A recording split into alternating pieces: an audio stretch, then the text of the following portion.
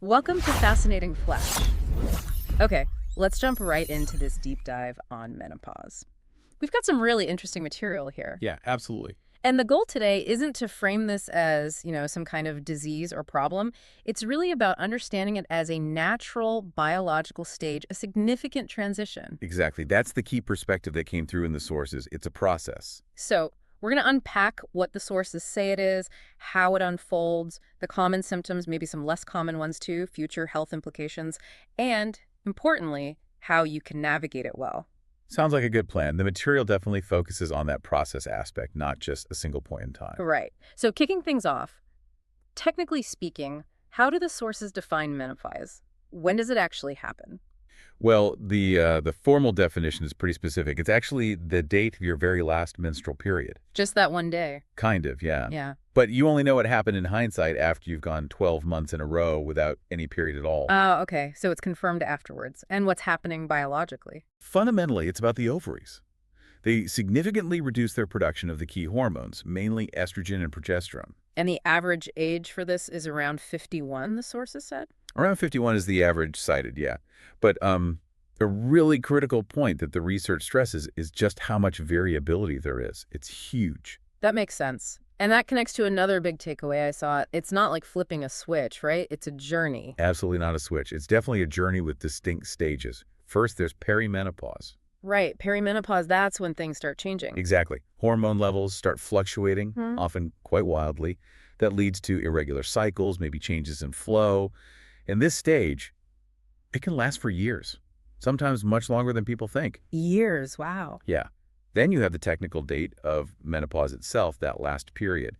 And everything after that is called postmenopause. And the sources mention that the experience of perimenopause, like how long it lasts and how intense it feels, is really different for everyone. Hugely different. That came through very strongly. Duration, symptoms, intensity, it's incredibly individual. Okay, let's talk symptoms then. Hot flashes are the classic one everyone associates with menopause. They definitely are. Very common. One report mentioned about 3 out of every 4 women experience them. But the sources pointed to other things too, right? Beyond just feeling hot. Oh, absolutely. Sleep problems were a major theme. And not just, waking up from night sweats, but actual insomnia too. Difficulty falling asleep, staying asleep. That sounds tough. What else? Vaginal dryness was another significant one. Hmm. The sources really highlighted its impact, not just on intimacy, but on daily comfort as well. It's often underreported, but can really affect quality of life. Hmm. And then there's the cognitive stuff, what people often call brain fog. Brain fog. Tell me more about that. Yeah, things like difficulty concentrating, maybe feeling more forgetful than usual, memory lapses. Several studies noted this quite clearly. That feels like something people don't talk about as much, but it could be really concerning if you're experiencing it. It really can be. So why is there so much variation? Why does one person sail through relatively easily and someone else has a really tough time with all these symptoms? Well, the material points to a few key factors. Genetics definitely seems to play a part. Like, if your mother had a difficult time, you might too. Potentially, yeah. Lifestyle is another big one, things like your diet, how much you exercise, stress levels. Hmm. Ethnicity was also mentioned in some comparative studies showing some population differences. Okay. And of course, there's a difference between natural menopause and menopause that's induced, say, by surgery, like removing the ovaries, or from chemotherapy or radiation. That can often bring on more abrupt and intense symptoms. So the bottom line is there's no single menopause experience. Not at all. It's incredibly personal. Okay, let's shift gears a bit. Thinking longer term, we know about osteoporosis risk increasing after menopause. That's fairly well known. What other future health aspects did the sources really emphasize? Cardiovascular health was a big one. The drop in estrogen isn't just about periods. It can actually change your cholesterol levels, your blood pressure. Basically, your overall cardiovascular risk profile shifts. So heart health needs extra attention. Definitely, something to be really mindful of postmenopause.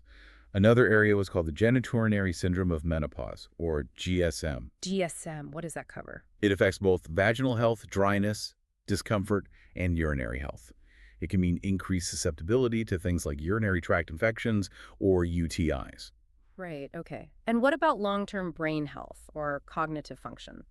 Connected to that brain fog earlier. The sources were a bit more cautious there. They indicated it's an active area of research, suggesting a possible connection, but it seems the science is still evolving on the long-term cognitive effects, something researchers are definitely looking into. Got it. So, with all this complexity, the stages, the symptoms, the long-term risks, what did the sources say about managing it? What practical strategies are actually helpful? They really presented a range of approaches. The foundation, universally emphasized, is lifestyle. Like diet and exercise. Exactly. Good nutrition is key, especially getting enough calcium and vitamin D for bone health. Regular exercise is crucial, and the sources specifically called out strength training for bones and overall muscle mass. Okay, strength training. Good to know. What else on the lifestyle front? Stress management techniques were mentioned frequently, things like yoga, meditation, mindfulness. Finding ways to manage stress can apparently help with mood and even some physical symptoms.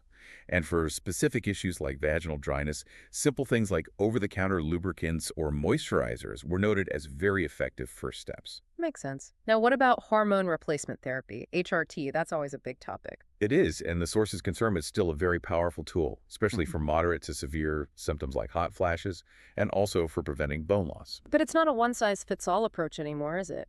Definitely not. The emphasis now is very much on personalization. Whether you need estrogen-only HRT if you don't have a uterus, or combined estrogen and progesterone if you do. And how you take it matters too. Pills versus patches. Yes, the delivery method is part of that personalized decision. Yeah. Pills, patches, gels. The sources noted that patches and gels, which deliver estrogen through the skin, might carry a lower risk of blood clots compared to oral pills, but that's part of the individual discussion. So the key message is, Talk to your doctor. Always. It's about weighing your specific symptoms, your health history, your personal risks and benefits, using the lowest dose that works for the shortest time needed and under medical supervision. That came through loud and clear. and what about using estrogen just for vaginal symptoms? Ah, yes, local estrogen therapy, like creams, rings, or tablets used directly in the vagina. These are very effective for GSM symptoms, like dryness. And because the dose is low and absorption into the bloodstream is minimal, they're considered very safe for most women. Okay. Are there options for women who can't or don't want to use hormones? For hot flashes, for instance. Yes, absolutely. The sources covered non-hormonal options, too. Certain low-dose antidepressants, specific types known as SSRIs or SNRIs, have been shown to help reduce hot flashes for some women. Interesting. Antidepressants for hot flashes. Yeah, they affect brain chemistry in a way that can help regulate temperature. And of course, there are specific medications directly for osteoporosis, like bisphosphonates, if bone health is the main concern. And you mentioned a newer drug earlier, fezolinetant. That's right. Fezolinetant was highlighted as a newer non-hormonal approach, specifically for hot flashes. How does that one work? It works differently. Instead of targeting hormones, it targets specific neurons in the brain, in the hypothalamus, that are involved in regulating body temperature. It kind of calms down the brain's overactive thermostat, you could say. So a more targeted brain-based approach Hmm. shows how research is evolving. Exactly. It represents a shift in understanding the mechanisms behind hot flashes. Now, one thing that really stood out was the emphasis on the emotional and psychological side of things. It's not just physical. Absolutely crucial. The sources stressed validating these experiences, mood swings, increased anxiety, irritability, and often poor sleep feeds right into that, creating a bit of a cycle. So acknowledging it is the first step. What helps? Support systems are key. Talking openly with your partner, friends, family, just having people understand what you're going through can make a huge difference. And professional help. Yes, therapy was mentioned as being very beneficial. Cognitive behavioral therapy, CBT, for example, came up in studies. It can provide tools not just for managing mood changes, but also for coping better with symptoms like insomnia or even hot flashes. It sounds like the overall message is moving towards a more holistic view, looking at the whole person. Definitely. Less focus on just isolated symptoms and more on overall well-being, physical, mental, emotional, through this entire transition. Okay, so if we were to pull this all together, the main takeaway seems to be that, yes, menopause is a natural part of life. It's deeply personal. Everyone experiences it differently. But the good news, based on all this material, is that there's so much more information and so many more strategies available now. Tools to manage the symptoms, protect your future health, and really navigate this stage effectively. You don't just have to endure it. right, it's not an ending or something to dread. Not at all. And, perhaps the really interesting thought to leave people with, the provocative idea for this deep dive, is this. Could you actually view this transition not just as something to get through, but as an opportunity. An opportunity? How so? An opportunity to, maybe for the first time, really consciously focus on your holistic health, your overall well-being, physical, mental, emotional, kind of setting a foundation for feeling vibrant and healthy for all the decades still ahead. That reframes it completely, using this natural pause almost to intentionally invest in yourself for the long run. Precisely. A chance to refocus and prioritize integral well-being. A powerful thought indeed. Well, this has been incredibly insightful. Glad we could cover it. Until next time on Fascinating Flash.